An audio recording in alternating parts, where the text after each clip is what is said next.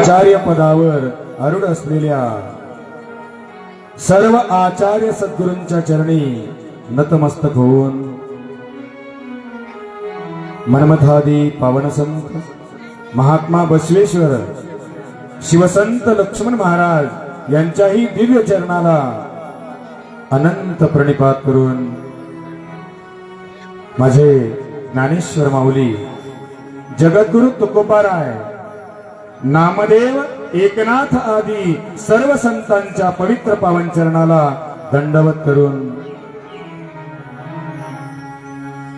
सोमनाथ जळगाव शिवक्षेत्राचा अधिष्ठान स्वरूप असलेल्या जलेश्वर शिवलिंगाला महादेवाला या ठिकाणी प्रणिपात करून तसंच रुक्मिणीसह माझ्या पांडुरंगाला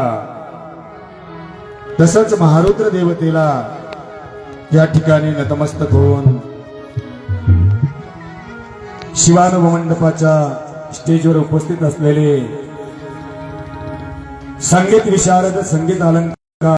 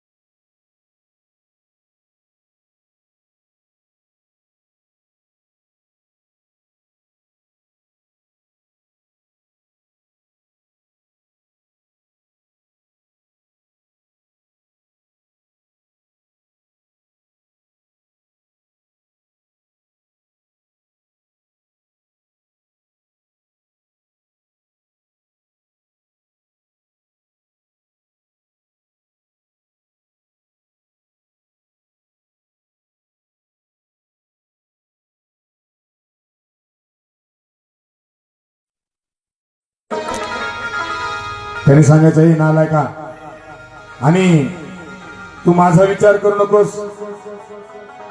तुला असणारे 6 मुंडके आणि त्याचे 12 डोळे, आणि त्या 12 डोळ्यांनी माझे शरीर अनेक तुला दिसत असतील. तू पाहतोस तरी कोण्या दृष्टीने रे? कोणता डोळा तुझा बघायचा नेमका सांग बरं.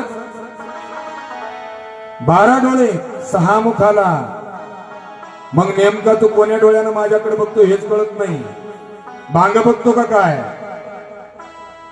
तस माझ्या कार्तिकाला राग यायचा आणि सांगायचं, ए ढेरीवाल्या, एवढी मोठी ढेरी तू मोठी केलीस, बघू दे किती आहे, आणि मग विती घालून त्याची ढेरी मोजायला सुरुवात करायची कार्तिकानं आमच्या.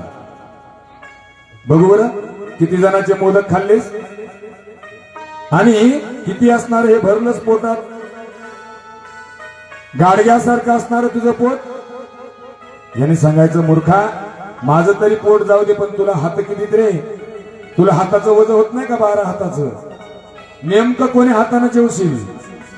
तुला तर 6च मुंडके आहेत आणि 12 हात आहेत. त्यावेळेला आमच्या कार्तिकाला राग यायचा आणि सांगायचं की माझं जाऊ दे, पण तू तर सोंडेनं खातोस ना, एवढं मोठं लांब नाक तुझं. गणपतीला राग यायचा. गणपती असणारा कानावर बोलायचा, तुझे असणारे 12 कान. परत आमचा कार्तिक म्हणायचा, का रे एवढाले सुपा एवढाले कान कशाला रे तुला? आपल्या जळगाव नगरी मधलं काय रस्ते झाडायचे का काय तुला? आणि मग आमच्या गणपतीला असणारा राग यायचा आणि दोघांचं असणारं द्वंद्व त्या ठिकाणी व्हायचं. जसं द्वंद्व झालं तसं तो गणपती असणारा आरडायचा आणि सांगायचा, आई बघ हा कार्तिक आणि मला त्रास देतोय. सज्जन हो, जसं एखादं लेकरू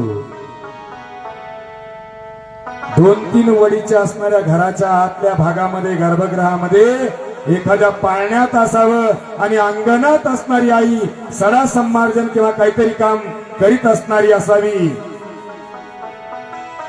त्या पाळण्यामध्ये झोपलेल्या लेकरानं जर नुसतं ऊ केलं तर ते स्पंदन आणि ते संकेत असणारा अंगणात असणाऱ्या आईला जाणवतो. स्तनामधून दुधाची धार निघते, पाझरतं हृदय आणि पटकन विचार करते, माझा बाळ उठलाय. एक संवेदना आहे, मातृत्वाची संवेदना त्याला म्हणायचं, आणि ह्यालाच वात्सल्य म्हणायचं आईचं, की जेणेकरून 2-3 ओढीच्या पलीकडेही असलेलं अंग आपला पाळणा आणि त्यामध्ये झोपलेलं लेकरू जर ऊ करतोय आणि त्याची असणारी संवेदना आईला जाणवते. बाहेर पळत आई असणारी त्या बाळाकडे जाते झोका देण्यासाठी. तद्वत न्यायानं आमचा गणपती जशी हाक मारली तसं आई असणारी पार्वती पळत आली. सांगितलं, का रे, का गजा, का भांडण करताय? गणपती रडायला लागला आणि रडून सांगायला लागला, बघ यांनी माझी ढेरी मोजली, बघ यांनी माझी सोंड मोजली, बघ यांनी माझे कान आणि धरले. पार्वतीने सांगितलं, का रे कार्तिका, तुला कळत नाही? एवढा मोठा तू आणि लहानाच्या वाटे जातोस? लहान लेकराच्या वाटे जात असतात का? कार्तिकानं सांगितलं, आई मी वाट नाही गेलो, बघ अगोदर हा गण्या गेला माझ्या वाट. फार खोडकर आहे बघ गण्या, आणि यांनी माझे डोळे मोजले, कान मोजले, मुंडके मोजले, हात मोजले, काय सांगू आई तुला? त्यावेळेस परत असणारी पार्वती गणपतीकडे वळली आणि सांगितलं, मूर्खा, तुला कळत नाही का? मोठ्या माणसाच्या नादी लागत असते का? भांडण करत असते का? त्याला माघारी बोलत असते का? दोघांनी असणारी आपापली बाजू सांगितली आणि त्यामध्ये आमच्या पार्वतीने दोघांनाही समजून सांगायचा प्रयत्न केला. अनुक्रमे दोघांनाही असणारं जवळ बोलवलं, आपल्या दोन्ही मांडीवर दोघांना घेतलं, दोघांची असणारी आलाई बलाई घेतली आणि दोघांवरही चुंबनांचा वर्षाव करून आपल्या हृदयाला असणारे दोन्ही बाळ लावले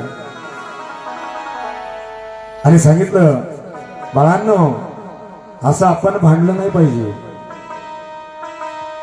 तुम्ही जर असं भांडायला लागले तर जगामध्ये असणारे त्याचे पडसाद कसे मोडतील. आणि एक विचार करायची गोष्ट आहे की भांडण कशामुळे होतं. भांडण धनामुळे होतं महाराज. भांडण धनामुळे होतं. आणि ते धन असणार माणसाला कपटी स्वार्थी बनवतं. घरातला एखादा पुरुष व्यक्ती त्यांनी सर्व अंगाच्या लाही करून जर कमाई करून ठेवलेली असेल तर लहान असणारा त्याला बळकावतो आणि पूर्ण असणारा आपला स्वार्थ साधतो महाराज.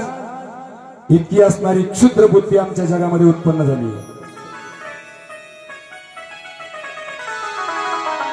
भाऊ भावाचा धुरा कापतोय आणि भावानं केलेले उपकार आणि जे मधवा असणारा लहान असणारा आज जाणायला तयार नाही आणि त्याच्यामुळे डिवायडेशन व्हायला महाराज. पूर्ण खुदगर्ज असणारे एवढे खुदगर्जे की ईश्वर त्यांना पाहत असेल की किती खुदगर्जपणा त्यांनी आज केलाय. आणि निश्चिततेनं व्यासपीठावरून असे जर काही कार्यक्रम घडत असतील तर निश्चिततेनं व्यासपीठावरून सुद्धा मी सांगेल की त्यांना त्याचे फळ भोगल्याशिवाय राहणार नाहीत महाराज. यथा बुद्धिस्तथा मन, यथा मनस तथा भाव, यथा भाव तथा लय हा आमचा परमरस सुद्धा सांगतो. जशी बुद्धी विपरीत फिरली तसं असणार त्यांना निश्चिततेनं फळ मिळाल्याशिवाय राहत नाही महाराज. आणि म्हणून जे काही सज्जन मंडळी त्यांनी या ब्रह्मांडामध्ये आणि जर कुटुंबामध्ये एकत्र राहायचं असेल तर मी पहिल्याच दिवशी सांगितलं की रामायणासारखं राहा. रामायणातील असणारे 4 पार्ट आहेत. राम लक्ष्मण भरत शत्रुघ्न. ज्याने कधीच असणारा स्वतःचा स्वार्थ साधला नाही तर दुसऱ्या भावासाठी बलिदान दिलं महाराज, त्याला रामायण म्हणावं. आणि ते आमच्यामध्ये उत्पन्न झालं पाहिजे महाराज. आणि ते जर उत्पन्न झालं तर अखंड असणारं आमचं कुटुंब राहील. आणि अखंड जर कुटुंब राहिलं तर त्याचा असणारा सुगंध काही वेगळाच असतो महाराज. एकट्याचं असणार कमाई जर असली तर तो कधीही कमवू शकत नाही. त्याला 70-80 हजार रुपये बी महिना असू द्या, मुला मुलीचं लग्न आलं की सोसायटी काढतो तो. पण 2 भाऊ जर एकत्र राहिले तर एकाचं खायला आणि एकाचं मागं पडतं हे निश्चित आहे महाराज. आणि म्हणून जगामध्ये असणार प्रेम जे भाऊ भाऊ रूपाचं आहे हे समजून घेण्याचा प्रयत्न करा. जेणेकरून भारताला राज्य मिळत होतं पण तो मोठ्याचा अधिकार आहे म्हणून नंदीग्रामामध्ये राहिला महाराज भरत. आणि आमच्या पार्वतीनं दोघांनाही समजून सांगितलं, कार्तिकाला आणि गणपतीला. आणि असे भांडण आपण केलं नाही पाहिजे. कार्तिक असणारा खूप ज्ञानी आहे, तुझ्यापेक्षा मोठा आहे. आणि कार्तिकालाही सांगितलं की तो गणपती जरी लहान असला तरी सर्व देवांच्या अगोदर त्याची पूजा मान त्याला आहे. कोणाला? वाटणीचा मान कोणाला आहे? वाटणीचा मान कोणाला? हार हार महादेव, हार हार. आणि मग अशा पद्धतीनं माझ्या गणपती आणि कार्तिकाला दोघांमध्ये अत्यंत प्रेम निर्माण झालं. दोघांनी सोबत जेवायचं, दोघांनी सोबत खेळायचं आणि सोबतच असणार निद्रा शयन भोगायचं. आणि त्या आनंदाच्या वातावरणामध्ये माझा कार्तिक स्वामी आणि गणपती अध्ययनामध्ये राहायचा, ज्ञान ग्रहण करायचा. अनुक्रमे काही दिवस असणारे त्या ठिकाणी निघून गेले. आणि निघून गेल्याच्या नंतर मुलं उपवर झाले. दोघही मुलं उपवर झाले. आणि उपवर झाल्याच्या नंतर एके दिवशी पार्वतीच्या मनामध्ये आलं की आता गणपतीही मोठा दिसायला आहे. कालचा बघितला का गणपती आपला? हा. आणि मग आमच्या पार्वतीने विचार केला, गणपतीही मोठा दिसायला आहे आणि कार्तिकही मोठा दिसायला आहे. मग जर आपल्या पायाचा बूट जर आपल्या लेकराला येत असेल तर असं समजून जायचं, मारहाण बंद करून त्याला मार्गदर्शन करण्याचा प्रयत्न करायचा. लिंग पुराणानं सांगितलं, वय वर्ष 5 पर्यंत लेकराचा असणारा लाड भरपूर करा. 5 वर्षापर्यंत. 5 वर्षाच्या नंतर दंड द्या. आणि ज्यावेळेस आपल्या पायाचा जोडा त्याला येतो त्यावेळेस त्याला बोलायचं काम राहिलेलं नाही असं समजून सांकेतिक असणारा त्याला उपदेश करण्याचा प्रयत्न करा. अधिकार गाजवणं बंद करा. लिंगपुराण सांगते.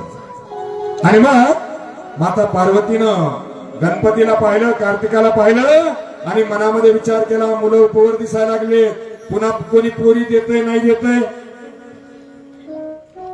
कलियुगामधल्यासारखं आपण यांचं लग्न केलं पाहिजे.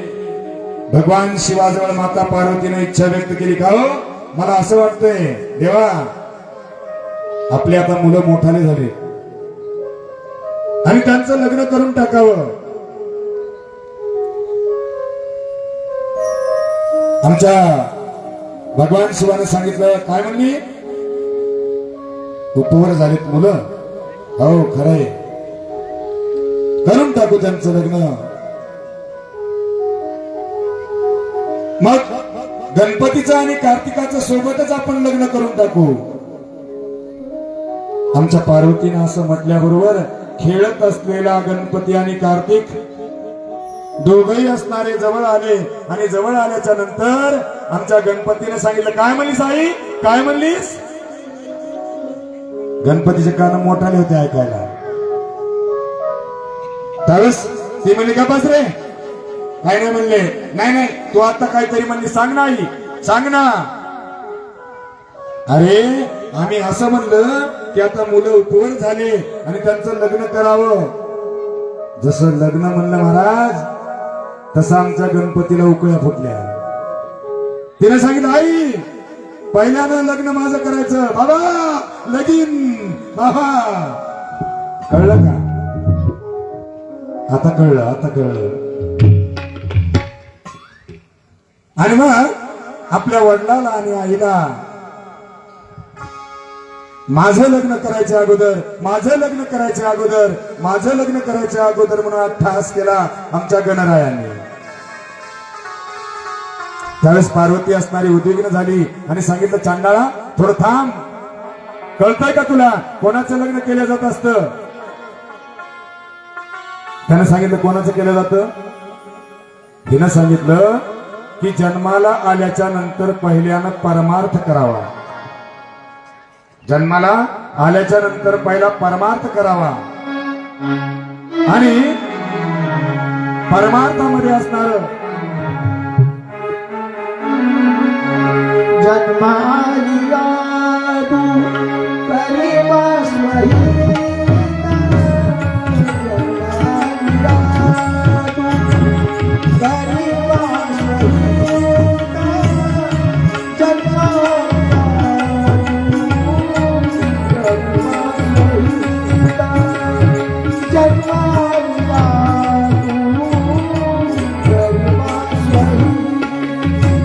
जन्म आलिया तू करीरा सहित, जन्मालिया तू करीरा सहित, जन्मालिया तू करीरा सहित, करीरा सहित, जन्मालिया परिवास्वही,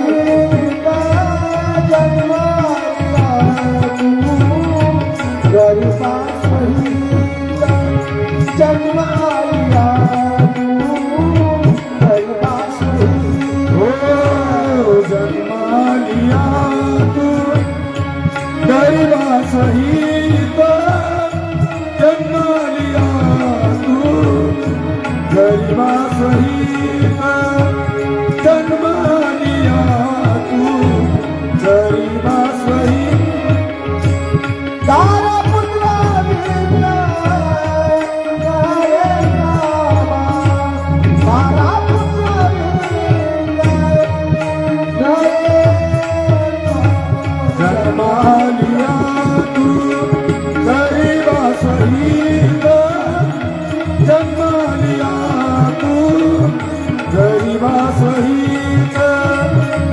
जन्मालिया तू गरिबा सहित जन्मालिया तू गरिबा सहित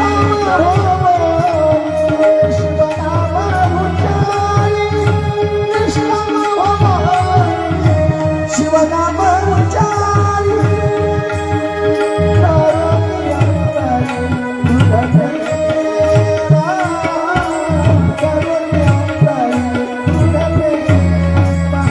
जन्मालिया तू गरिबा सहित जन्मालिया तू गरिबा सहित जन्मालिया तू गरिबा सहित जन्मालिया तू गरिबा सहित. सांगितलं जन्माल्याच्या नंतर पहिल्यानं परमार्थ करावा महाराज आणि स्वतःच हित करण्याचा प्रयत्न करावा. पण प्रत्येक जण असणारा मायेच्या ओझ्यामध्ये मायेच्या मोहामध्ये आणि एवढा गुरफटून जातो की त्याला असणारा थोडाही वेळ मिळत नाही देवाकडे देण्याचा. राब राब राब तो बैलासारखा जसा खाण्याचा असणारा बैल उसंत न घेता सारख्या गिरट्या चक्रा मारत राहतो तद्वत त्या न्यायानं या प्रपंचामध्ये असणारा हा प्राणी लाळ घोटत या माया चक्रामध्ये या मायामोहामध्ये आणि गुरफटून जातो.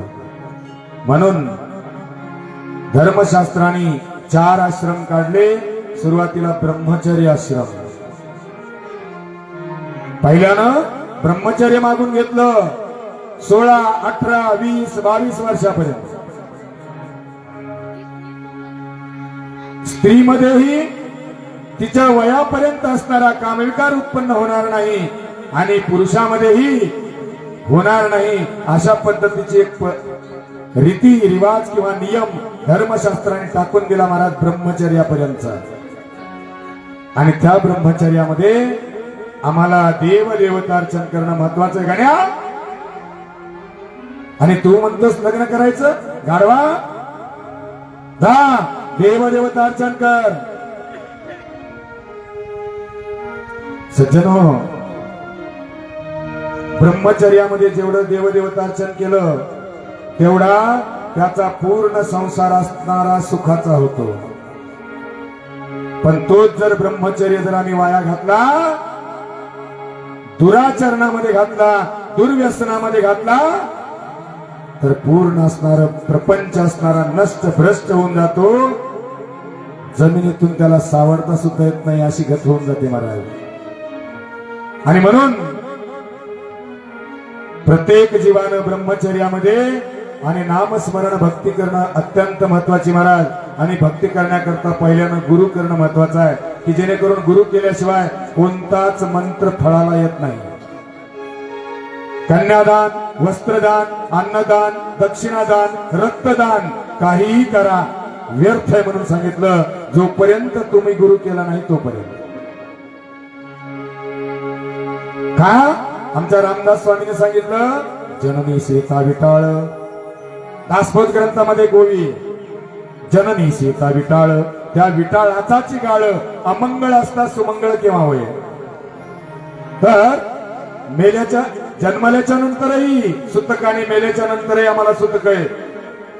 जर सुतकाचा असणारा आमचा देह आहे तो पवित्र कधी होणार आहे म्हणून सांगितलं तर तो पवित्र फक्त गुरु स्पर्शानं रुद्र आवर्तनानं आणि कानामध्ये घेतलेल्या मंत्रानं अनवमाय आणि कार्मिक तीनही मळ जळून आम्ही परिशुद्ध होऊन जातो आणि मग अधिकारी बनतो मंत्र म्हणण्याचा. नाहीतर उगचच असणारे इकडे खातात पेतात नोकऱ्या करतात आणि आमच्या स्वामी समर्थाच्या मंदिरामध्ये जातात. कमराला कातड तसंच बांधलेलं आणि तिथं जाऊन 24 गायत्र्या म्हणतात महाराज. 24 गायत्र्या सोपं नाही. अरे कुंतीला लग्नाच्या अगोदर मुलगा दिला त्या गायत्रीनं इतकी परम पवित्र असणारी गायत्री आणि हे लाजलाऊ असणारे बिना दीक्षा घेता बिना गळ्यात माळ घालता आणि तिथे जाऊन 24 गायत्र्या म्हणते. अधिकार आहे का? माझं या लोकांना एकच म्हणणं आहे, करायला तुम्ही खूप चांगलं करायला त्याच्याबद्दल वाद नाही. जे काही असे केंद्र चालवायला त्याच्याबद्दल तुम्हाला धन्यवाद, तुमचं अभिनंदन. पण जे काही लोक तुमच्याकडे येणार आहेत नुसता ओढा बघू नका, गर्दी बघू नका, दर्दी लोक बघा, दर्दी लोक. ज्यांना अंतःकरणातून प्रेम आहे आणि ते पालन करण्याची क्षमता आहे ज्यांच्यामध्ये, त्यांनाच आतमध्ये घ्या. तुमच्यामध्ये आल्याच्या नंतर त्यांना पहिलं अडकून टाका, गुरु करावं लागेल म्हणून. गळ्यामध्ये माळ घालावं लागेल, कपाळाला टिळा किंवा भस्म लावावं लागेल. ती रुद्राक्षाची माळ हो किंवा तुळशीची माळ हो, गळ्यात घाल द्या.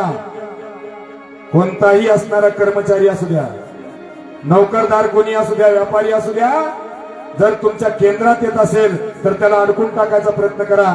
त्या महिलेला सुद्धा इकडे येऊन गायत्र्या म्हणायच्या आणि तिकडे येऊन धुरड्या खेळायच्या. कशाला करता? आणि ती गायत्री सोपी वाटली का तुम्हाला? जी गायत्री आहे, कुंतीला लग्नाच्या अगोदर कर्ण नावाचा पुत्र देणारी गायत्री. एवढं सामर्थ्य गायत्रीमध्ये. आणि ते आम्ही अपवित्र असणाऱ्या शरीरानं उच्चारतो. म्हणून प्रत्येक धर्मपंथामध्ये गुरुला अनन्यसाधारण महत्व आहे महाराज. जोपर्यंत शरीर विशुद्ध होत नाही, परिशुद्ध होत नाही, तोपर्यंत मंत्रोच्चार करण्याचा कोणताही अधिकार त्याला प्राप्त होत नाही, असं धर्मशास्त्र सांगतं. आणि मग मात्र त्याचं असणारं अध्ययन, अध्यापन, कार्य आणि ब्रह्मचर्यामध्ये असणारं पूजन, भजन वगैरे वगैरे असणारे विधी त्याने ते करायचे असतात की जेणेकरून पूर्ण जन्म असणारा त्याचा सुफल व्हावा.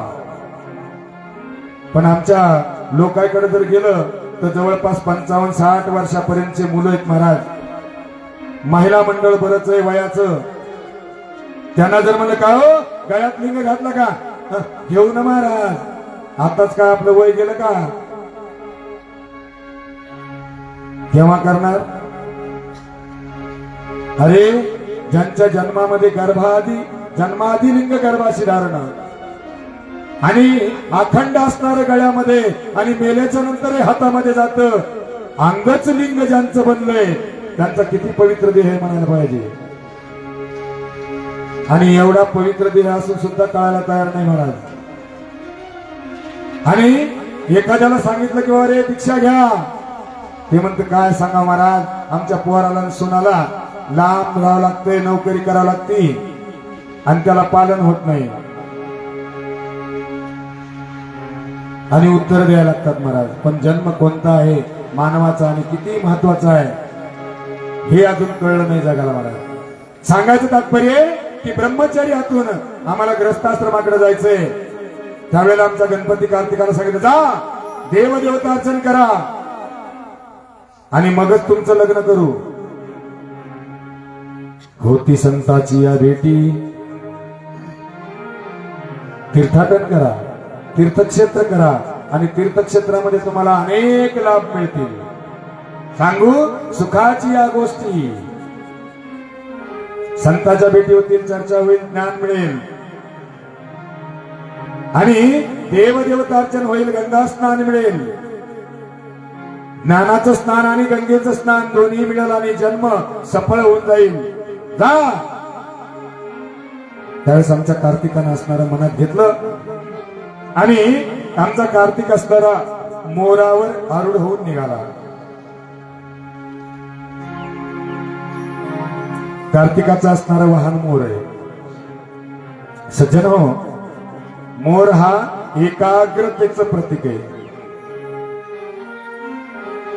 मोर हा एकाग्रतेचं प्रतीक आहे.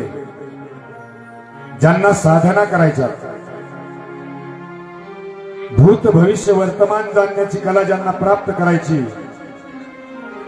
ज्यांना इथं बसून असणार तुळजापूर पंढरपूर असणारं जे काही ठिकाण आहे तिथं आता या वेळेला काय चाललंय हे जर पाहून सांगायचं असेल किंवा पाहायचं असेल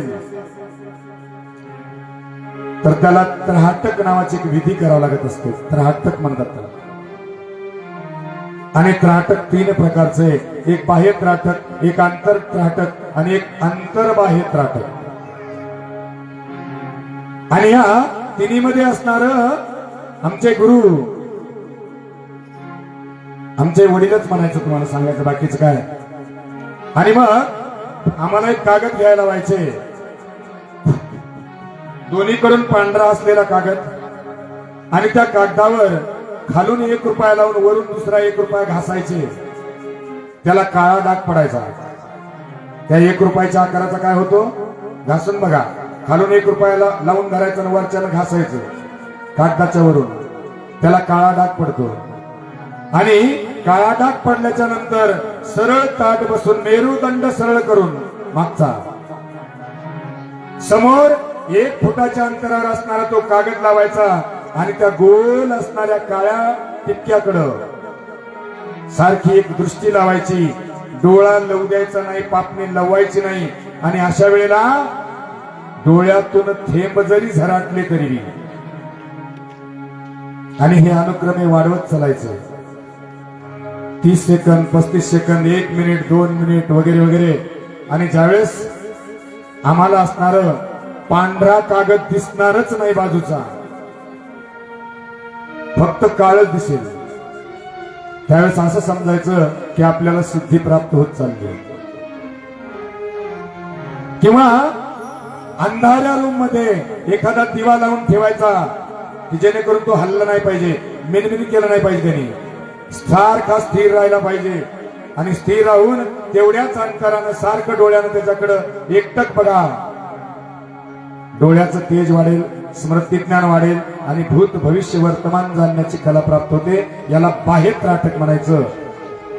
आंतर त्राटक हृदयामध्ये किंवा बेंबीमध्ये लिंग बघणे, हे शिवयोग साधनेचा भाग. आणि अंतर्बाह्य त्राटक दोन्ही भुवयाच्या मधून ब्रह्मांडी चक्रामध्ये ब्रह्मस्थान पाहणे किंवा ब्रह्म बघणे. आणि अशा पद्धतीचा प्रकार आम्हाला ज्यावेळेस करायचा त्यावेळेस आमचं मन एकाग्र होणं महत्वाचं. नाही तर मग इकडं मळी मारायला सुरुवात केली आमच्या लताताईनं आणि तिकडं मांजर दूध प्यायली. आणि मग ती आपाजी इकडं कशावर लक्ष, मण्यावर, आणि तिकडं दूध प्यायली मांजर. त्या ठिकाणी जप होणार नाही आणि तुमची ती साधना होणारच नाही. मग मन एकाग्र होण्यासाठी दुसरा पर्याय सांगितला आम्हाला की मोराचं पंख जे आहे, तर त्या मोराच्या पंखामधला जो निळा भाग आहे आतला, त्याला असणार 1 फुटाच्या अंतरावर डोळ्याच्या नजरेच्या समोरासमोर ठेवा आणि एक दृष्टी करा. मनही तुमचं एकाग्र होईल आणि साधनाही अनुक्रमे सिद्धी होत होत होत होईल. मनाची एकाग्रता साधण्यासाठी मोराचं असणारं स्वरूप आणि तो एकाग्रच आहे महाराज. एकाग्रतेचं प्रतीक आहे मोर. आणि म्हणूनच माझ्या कृष्ण परमात्मानं 16,108 बायका असताना सगळ्या ब्रह्मांडाचा भार पालन पोषण करायचंय. महाराज आमचं एखादं छोटं कुटुंब असलं तर मी मागच सांगितलं, चिंगीला जागा अनबांड्याला चड्डी नसती. आणि ते सावरिता सावरिता नाके 9 येतंय, म्हातार पण येतंय संसाराचं. तर एवढ्या ब्रह्मांडाचं असणारं ओझ किंवा पालन पोषण, एकही जीव उपाशी राहिला नाही पाहिजे, हे काम करायचं माझ्या कृष्ण परमात्माला अर्थात विष्णू परमात्माला. आणि एवढ्या बायकाही सांभाळायच्या आणि त्याच ठिकाणी एकाग्र मन लागलं पाहिजे. याच्यासाठी माझ्या कृष्णानं आपल्या टोपावर असणारं मोराचं पंख धारण केलं महाराज. याच्यासाठीच असणारं मोराचं पंख धारण केलं. असो कार्तिक असणारा मोरावर बसला आणि तीर्थाटन करायला सुरुवात केली. हे तीर्थ ते क्षेत्र 7 मोक्षपुरी आणि 4 धाम असणारे आमच्या भारतामधले कार्तिकानं असणाऱ्या फेऱ्या मारल्या, सगळ्या गंगा यमुना सरस्वती सर्व नदीचे स्नान, सगळे ज्योतिर्लिंग करत निघाला. इकडे आमच्या गणपतीने विचार केला, जाऊ द्या म्हणले, आता काय उद्या संध्याकाळी काही जागायचं काम नाही आपल्याला, मग आजच खाऊन पिऊन घ्या, उद्या दुपारी एकदा झोप मारली की बघायचंच काम नाही पुन्हा. उद्याच्याला मग मुक्तीच आहे आपल्याला. आणि म्हणून गणपतीने असणारं भरे पेट खाल्लं आणि ढेकर दिला. जसा ढेकर दिला तसं अंग टाकलं आणि घर घर घुरायला सुरुवात केली. आमचा माता पार्वती असणारी अर्ध्या एक तासाच्या नंतर आली. पाहते तो गणपती असणारा घर घर घुरायला मस्त झोपी गेला. महाराज जवळ आली, सांगितलं, ए गजा गजा, ए गजा, उठ उठ उठ उठ. बघतो कार्तिक निघून गेला देवदेवता अर्चन करायला आणि तू इथंच बसलास. जा तीर्थक्षेत्र करून ये, मग तुझं लग्न केलं जाईल. याने सांगितलं, जाऊ दे गाई, झोपू दे बरं मला थोडं, जाय तिकडे.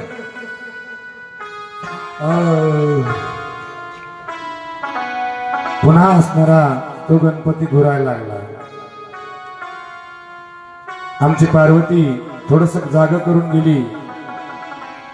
2 घंटे निघून गेले. परत आठवण आली पार्वतीला, गणपती उठला की नाही बघू. जवळ आली, हे गजा उठ उठ मेले उठ.